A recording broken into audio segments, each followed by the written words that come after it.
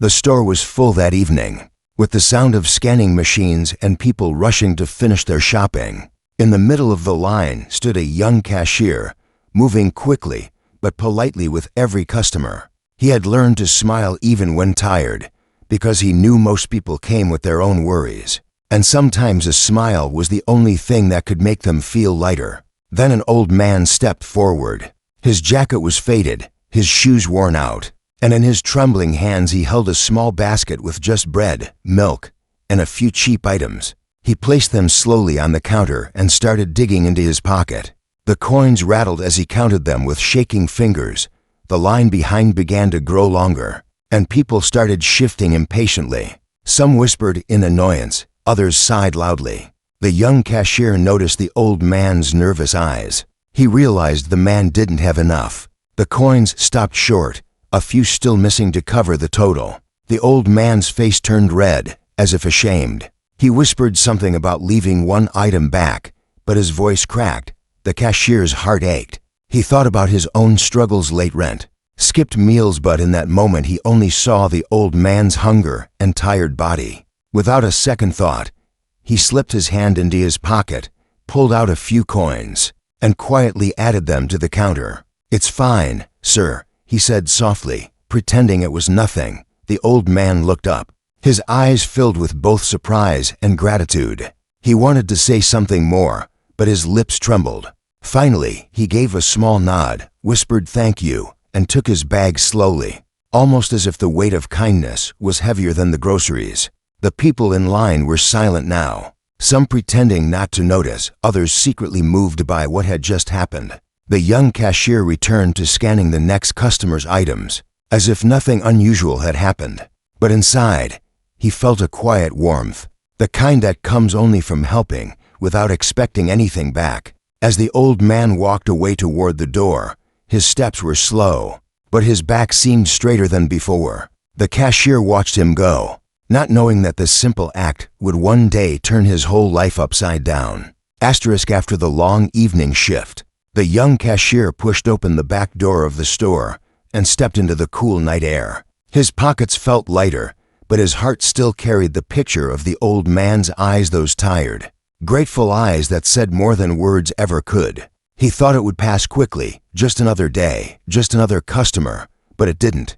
The memory followed him all the way to his small rented room. He placed his worn shoes by the door, sat on the bed that creaked under his weight, and smiled faintly at the thought.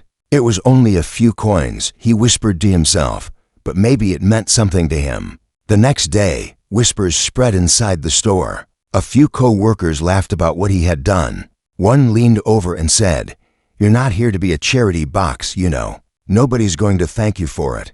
Another joked, "Better save your coins. You'll need them more than that old guy." Their words stung, but he didn't reply. He simply smiled, because he knew arguing would make no difference. Later, during the afternoon shift, the manager called him into the office. The man sat behind a desk piled with papers and receipts, tapping his pen. "I heard what you did yesterday," he said sharply. "You can't pay for customers. That's not how this business works. Next time, think twice." The cashier lowered his eyes, nodding respectfully. But inside he wondered why kindness felt like a crime. When his shift finally ended, he walked home under flickering streetlights. His neighborhood was quiet, with narrow lanes and the distant sound of a barking dog. He unlocked the door and stepped into his small room. There was little inside, just a bed, a chair, and a table with a half-empty loaf of bread. He sat down and thought again of the old man. Why did his face stay in his mind? Why did it feel like something unfinished? He closed his eyes and tried to push it away, but the image kept returning: the trembling hands, the soft thank you, the slow walk to the door. The cashier didn't know why, but he felt this was not the last time he would see him. Something told him the story had only just begun.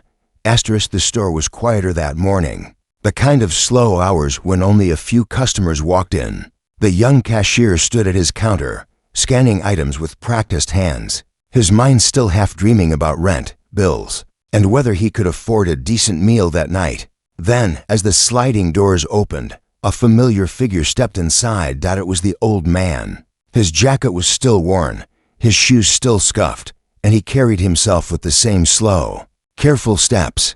The cashier felt his chest tighten, not out of pity, but out of recognition. He hadn't expected to see him again so soon.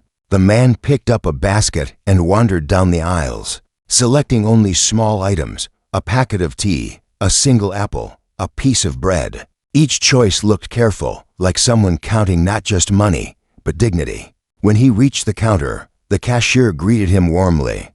"Good morning, sir," he said, his voice carrying genuine respect.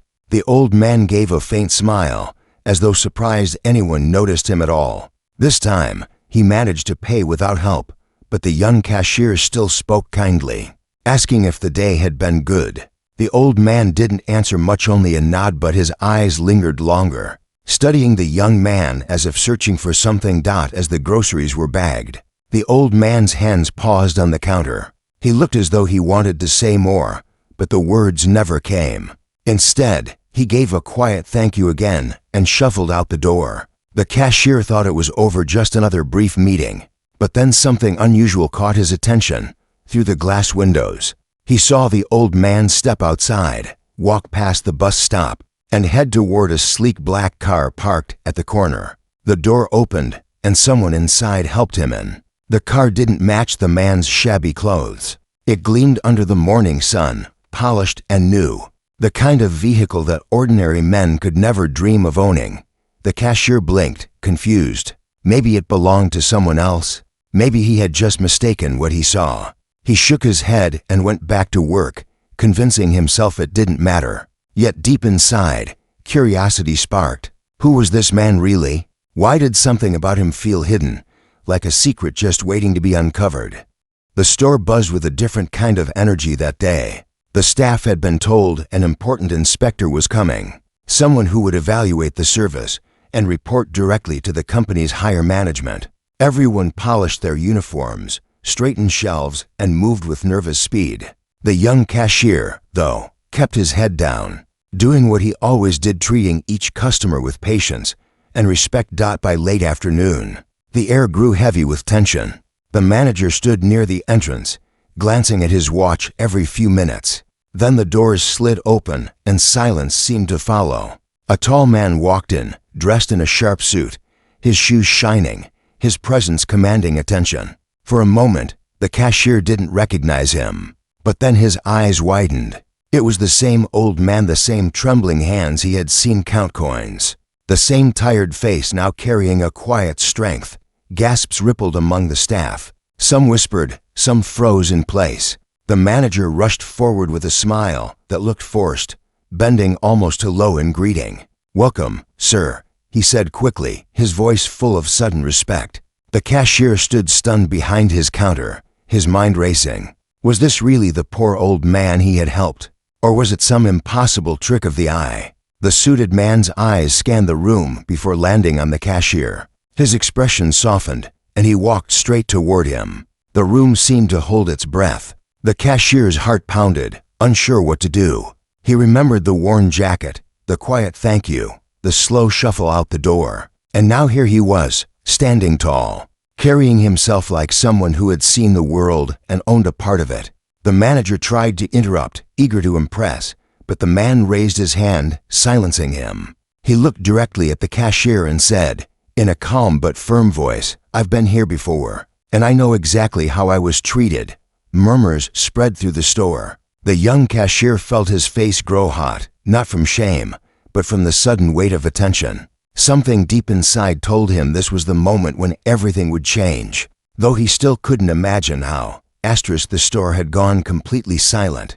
Every worker, every customer, even the manager held their breath as the old man in the sharp suit stood before the young cashier. His voice carried a calm authority, the kind that made people listen without question. He placed his bag on the counter, not with the shaking hands of a poor man this time, but with the steady grip of someone used to being in control. Then he spoke, his words clear enough for everyone to hear. "Last week," he said, "I came here dressed in old clothes. I wanted to see how people treated someone who looked like they had nothing." His eyes moved slowly across the staff, stopping briefly on the manager, who now shifted uncomfortably. "Most of you looked away. Some judged me. Only one person showed kindness. All eyes turned to the cashier. The young man stood frozen, unsure if this was praise or trouble. His chest tightened as the older man continued. You didn't ask for my name.